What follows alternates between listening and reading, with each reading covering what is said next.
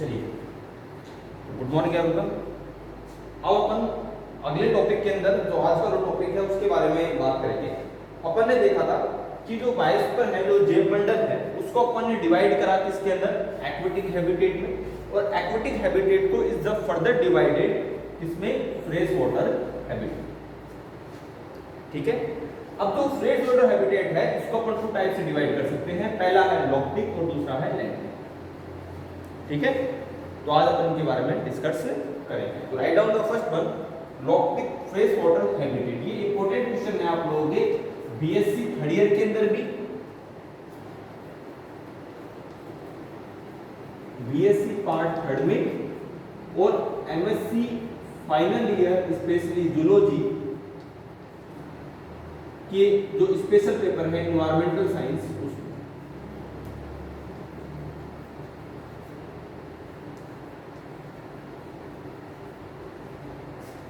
ठीक है, first one लिख देना इसके अंदर लॉक्टिक फ्रेश वाटर हैबिटेट। थ्योरी भी साथ साथ में इसकी करवा रहे हैं, तो वो भी आप लोग इसके अंदर इजी गोइंग आप लोग रिटर्न कर सकते हैं।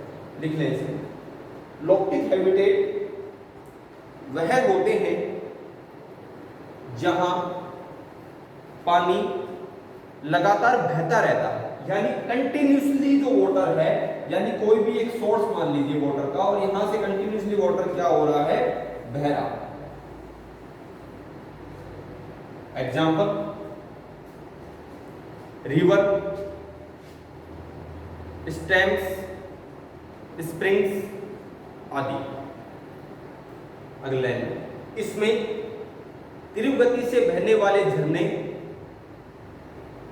जल स्रोतों से लगातार धीमी गति में बहने वाली बड़ी एवं छोटी नदियां,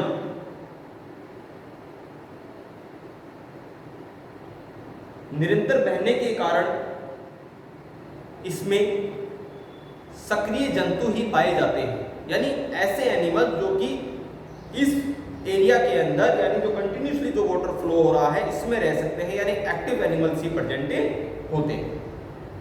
ठीक है, अगला टॉपिक लगा के लिखना है इसके अंदर, कैरेक्टरिस्टिक्स ऑफ लक्षण of lotic fresh water habitat. Number one, lotic fresh water habitat में नदियां निरंतर बहती रहती हैं।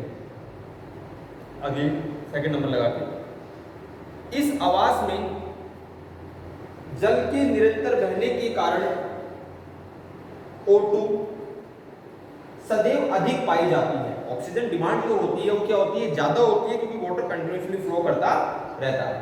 अर्थात ये सामान्यतः कम प्रदूषित होते हैं। ये तो आपको पता ही है, जो वाटर कंटिन्यूसली बह रहा है उसमें प्रदूषण, पॉल्यूशन की मात्रा भी क्या होगी, कम होगी। अगला नंबर, इस आवास के जल में टेम्परेचर एवं न्यूट्रिएंट सब्सटेंस का वितरण एक समान होता है। कंटिन्यूसली पूरे वाटर में न्यूट्रिएंट जो है आप लोगों के, वो क्या होते हैं, फैले हुए रहते हैं या पाए जाते हैं। ठीक है, अगला देखना, type of lotic fresh water. इस लॉक्टिक फ्रेश वाटर को अपन कितने भागों में डिवाइड कर सकते हैं। पहला है रैपिड फ्लोइंग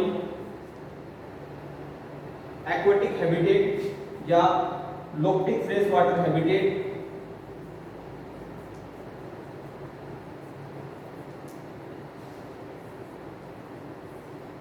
दूसरा स्लो फ्लोइंग एक्वेटिक हैबिटेट, यानी तेज गति से बहने वाले और धीमी गति से बहने वाले स्रोत, जिनके बारे में अपन डिस्कस करेंगे।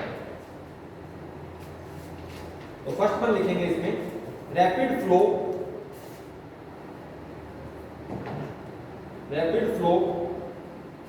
Aquatic habitat. Write down in this,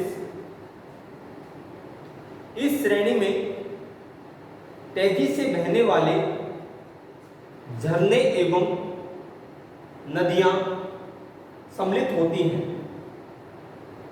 next line में तीव्र बहाव वाले यानी तेजी से बहने वाले जल स्रोतों में बहने वाली जल की तीव्र धाराएं अपने साथ सब कुछ बहा ले जाती हैं। सिंपल सी बात है, वाटर फ्लो क्या है, तेज है, तो उसके साथ साथ जो भी चीजें उससे इंटरेक्ट कर रही हैं उनको भी क्या कर जाती हैं, अपने साथ बहा ले जाती हैं। नेक्स्ट लाइन, इसमें दो प्रकार के जोन पाए जाते हैं, क्षेत्र दो प्रकार के जोन पाए जाते हैं। पहला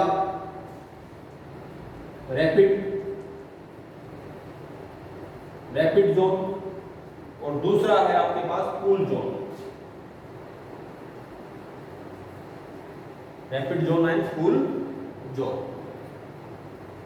फर्स्ट वन में लिखेंगे रैपिड जोन में यह है गतिशील जल स्रोतों के किनारों के पास वाला क्षेत्र होता है। अगला, इसमें पानी का बहाव तीव्र होता है। नेक्स्ट लाइन में इस क्षेत्र का तल कठोर होता है।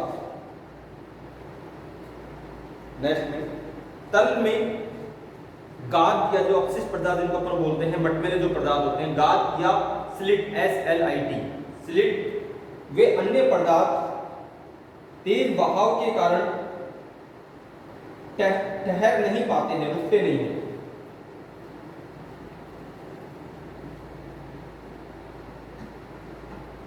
नेक्स्ट लाइन, तेज बहाव के कारण किनारों का कटाव एवं चट्टानों का अपवर्तन होता है।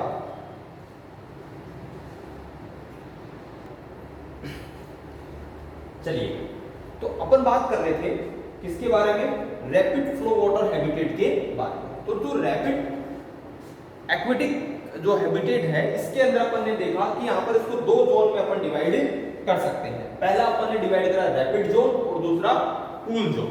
ठीक है, अब देखो फर्स्ट वन में अपन ने क्या देखा कि यहाँ पर जो वाटर फ्लो होता है, यहाँ पर जो ये वाटर फ्लो है, ये क्या होता है, काफी हाई होता है।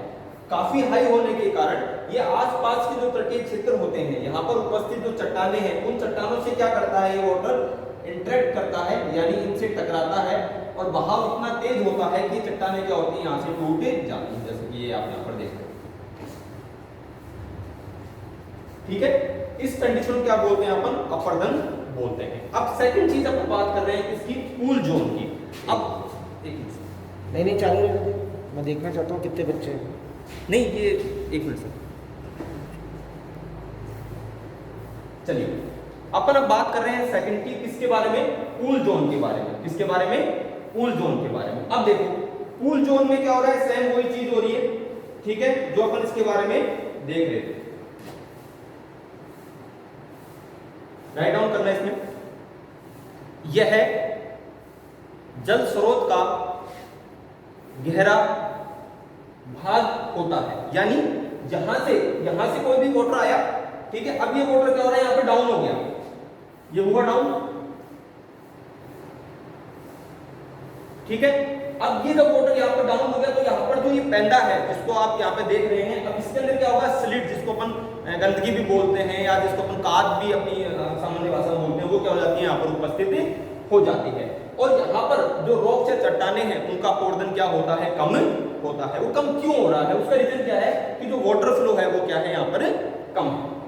ठीक है, तो अगला लिख लेना उसमें, कूल जोन में इस क्षेत्र में जल धाराओं का वेग कम होता है, इस कारण इसके तल पर स्लिट या गंदगी